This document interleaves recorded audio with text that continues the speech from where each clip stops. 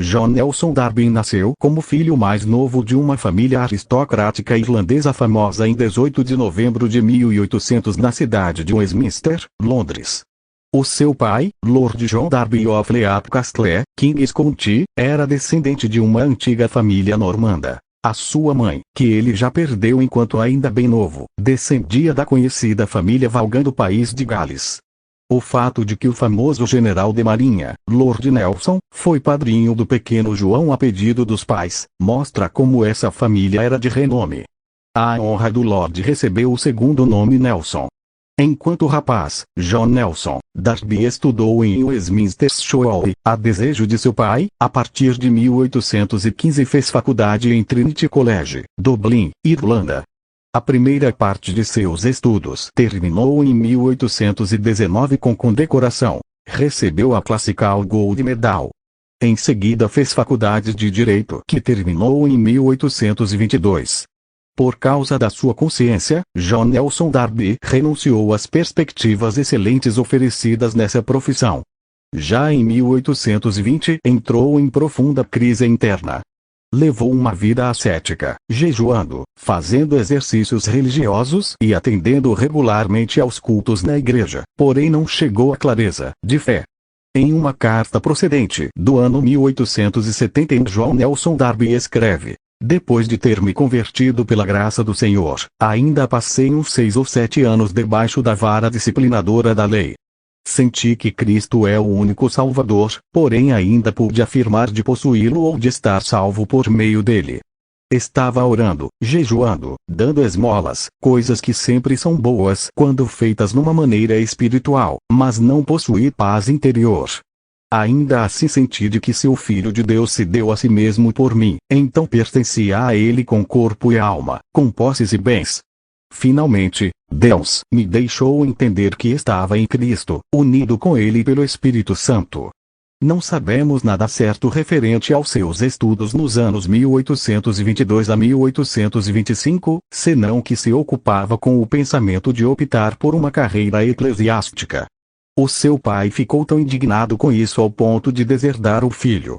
Um tio, porém, lhe deixou de herança uma considerável fortuna, de sorte que ele durante toda a sua vida era independente.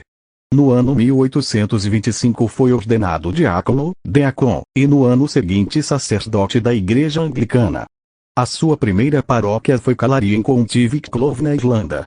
Enquanto ali, se esforçava bastante de cuidar com devoção dos membros da paróquia que moravam, na sua maioria, bem dispersos e eram pobres. Durante esse tempo, a sua posição quanto à Igreja do Estado já foi abalada, como mostra o seu primeiro panfleto que data do ano 1827, Considerations Addressed to the Archbishop of Dublin Ethic. Considerações dirigidas ao arcebispo de Dublin Ethic. Nesse panfleto, ele tomou posição contra a exigência do arcebispo Mackay, que queria que os católicos que naqueles dias passaram em massa para a Igreja Anglicana, jurassem lealdade ao rei britânico. A sua determinação e ação destemida teve por resultado uma repreensão oficial. Mais e mais foi desconcertado com respeito à Igreja do Estado. Por ocasião de uma cavalgada pela paróquia, caiu do cavalo e foi ferido tanto na perna que havia de permanecer em Dublin durante todo o inverno de 1827-1828 para tratamento. Esse tempo o utilizou para estudo intenso da Bíblia. Foi ali que encontrou, aparentemente, a verdadeira e profunda paz com Deus que há tantos anos lhe faltara, como a carta citada revela. Durante a sua permanência em Dublin, chegou a conhecer George Ford Bellet, Dr. Edvard Cronin, Francis Hutchinson e M.R. Brock. Em seguida da sua volta à paróquia, renunciou ao ofício de sacerdote, embora ainda não se desligasse da igreja oficial. Assumiu um cargo na missão interna, uma instituição apoiada pela Igreja Anglicana destinada à obra missionária dentro do país, e anunciou até 1832 o Evangelho aos católicos da Irlanda de maneira muito abençoada. De várias fontes apreendemos que ele se reuniu com os novos amigos por diversas vezes desde o inverno 1827-1828 para o partir do pão. Um desses amigos era Anthony Norris Grove. tornaram-se cada vez mais claros para os amigos os pensamentos de Deus referente à Igreja, Eclésia, do Deus vivo, a volta de Cristo, a ação do Espírito Santo bem como aos dons e ofícios na Igreja. Nesse tempo, entre 1827 e 1832, aconteciam também as reuniões conhecidas por conferências de Povers Court. Essas ajudaram para esclarecer o ponto de vista bíblico dos assuntos em questão, e finalmente John Nelson Darby se desligou oficialmente da Igreja Anglicana. Os conhecimentos adquiridos por ele e seus amigos eram resultado de estudos bíblicos feitos com diligência e sobriedade. Eles conservaram firmemente todas as bases da fé cristã. O seu alvo foi anunciar novamente o Evangelho em sua simplicidade, pureza e plenitude originais. Além das grandes verdades da Reformação, parcialmente já perdidas outra vez naqueles dias, John Nelson Darby e seus irmãos proclamaram verdades esquecidas ou obscurecidas desde os dias dos apóstolos, a saber: primeiro, a Igreja, Eclésia, de Deus, o corpo de Cristo engloba todos os verdadeiros crentes que, desde o dia de Pentecostes em Atos 2 estão ligados a Cristo, sua cabeça no céu por meio do Espírito Santo, Efésios 4:4. Segundo, essa unidade encontra a sua expressão na ceia do Senhor à sua mesa, 1 Coríntios 10:17.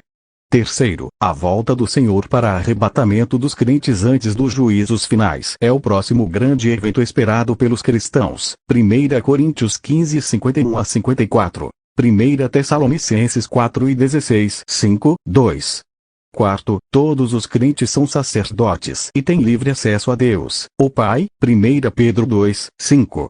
O Senhor, porém, deu à sua igreja dons especiais para sua edificação. Efésios 4:11 e 12, dons esses que devem ser distinguidos dos ofícios, anciãos/presbíteros e diáconos, cuja denominação oficial hoje não é mais possível devido à ausência dos apóstolos, embora a sua função, o seu ministério, ainda é exercido por irmãos reconhecíveis como tais, a partir de devido é acréscimo do tradutor. São essas apenas algumas poucas das importantes verdades das Sagradas Escrituras, novamente reconhecidas e realizadas naqueles dias. Para isso, após o seu desligamento da igreja oficial, se abriu um campo amplo de trabalho para John Nelson Darby. Já em 1830 a obra se estendeu de Dublin a Limerick e outras cidades irlandesas. Também em Cambridge, Oxford e Plymouth, nome esse que, em parte, até hoje ainda está sendo mencionado em íntima ligação com os irmãos, bem como em Londres surgiram maiores ou menores testemunhos da igreja. John Nelson Darby viajou por todo o país no serviço do Senhor.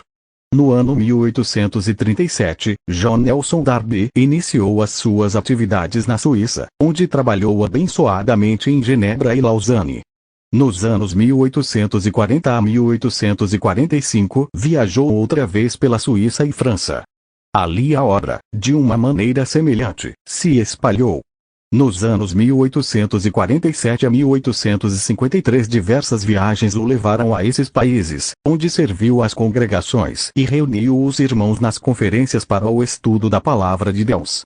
No início do ano 1853, ouviu de um grupo de crentes, da região, Renânia na Alemanha.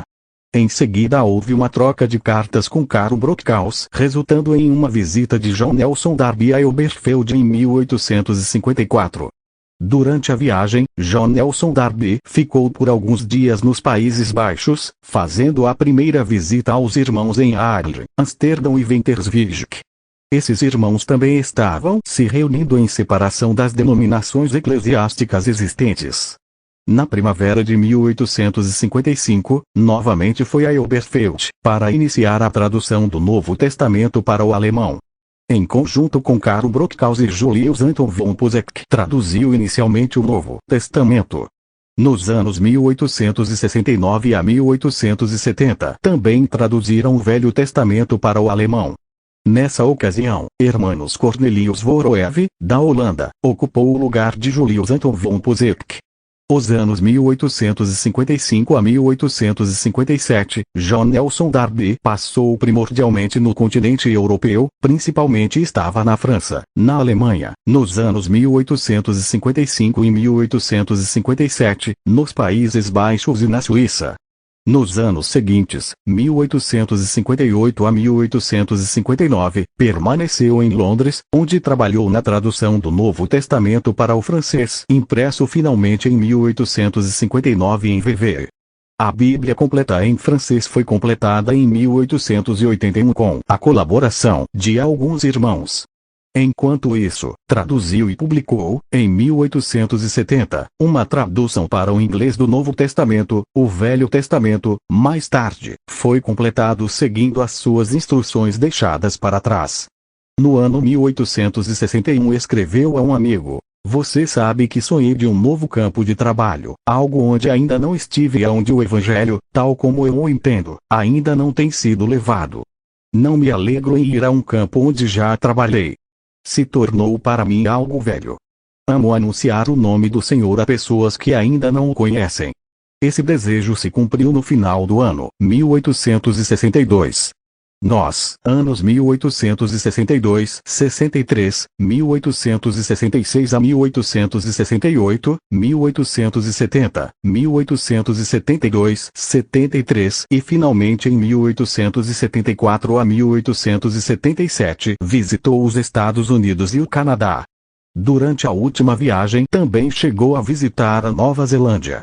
Depois de sua última viagem para além-mar, John Nelson Darby visitou mais uma vez a Alemanha, 1878, a Suíça, a Itália e a França. Na avançada idade de 79 anos voltou à Inglaterra, onde ainda trabalhou como escritor até o seu falecimento em 1882. As suas obras completas, editados por seu amigo William Kelly, englobam 34 volumes, Collected Writings of J.M. Darby. Acrescentam-se ainda 7 volumes de notas e comentários, notes and comments, 3 volumes de miscelâneas, miscellaneous writings, e 3 volumes de cartas, letters. A sua obra mais conhecida e talvez a mais preciosa é a sinopse dos livros da Bíblia, a Synopsis of the Books of the Bible, na qual John Nelson Darby dá uma panorâmica de toda a Bíblia. Ele igualmente é conhecido como poeta. Conhecidos são os seus spiritual songs, hinos espirituais, e os muitos hinos no hinário inglês dos irmãos. Nos últimos meses do ano 1880 John Nelson Darby sofreu muito. Teve problemas de respiração bem como de coração. Em dezembro houve uma leve melhora da forma que pôde escrever a um conhecido: "Pela bondade de Deus, estou indo muito melhor. Na verdade nem entendo que estive tão perto da morte. Embora não com muita frequência, ainda assim posso ir às reuniões. Também posso fazer o meu trabalho costumeiro. É certo que nos meses que seguirão haverá uma mudança acontecendo comigo frente à minha iminente despedida desse mundo, porém não há mudança com vistas à doutrina e os meus pontos de vista. Isso não mudou. Tudo encontrei confirmado. É um doce e lindo pensamento, que tudo aquilo que ensinei o fiz em Deus. No meu interior tenho certeza de que pertenço a um outro mundo, por quanto tempo ainda pertencerá a mim não sei. Para a saída, a palavra do amado Senhor é importante. Não são do mundo, como eu do mundo não sou. João 17:16. Nesse sentido a mudança é perceptível e estou a esperando. No ano 1881, John Nelson Darby ainda estava trabalhando na edição de seu hinário inglês. No dia 15 de dezembro de 1881, escreveu o prefácio para a Bíblia francesa que foi publicada em 1882. No final de janeiro, a sua constituição física lhe permitiu cumprir apenas a metade de suas tarefas diárias. Nas últimas semanas foi recebido e cuidado na casa do irmão Hammond em Bournemouth. Foi ali que ele faleceu no dia 29 de abril de 1882. Numa lápide simples e branca do cemitério de Bournemouth se lê as palavras: John Nelson Darby, como um desconhecido e bem conhecido, faleceu no Senhor em 29 de abril de 1882 com 81 anos. 2 Coríntios 5:21 Senhor, me deixa esperar em ti, a minha vida seja consagrada a ti, desconhecido aqui na terra, servo teu, então herdar a felicidade do céu.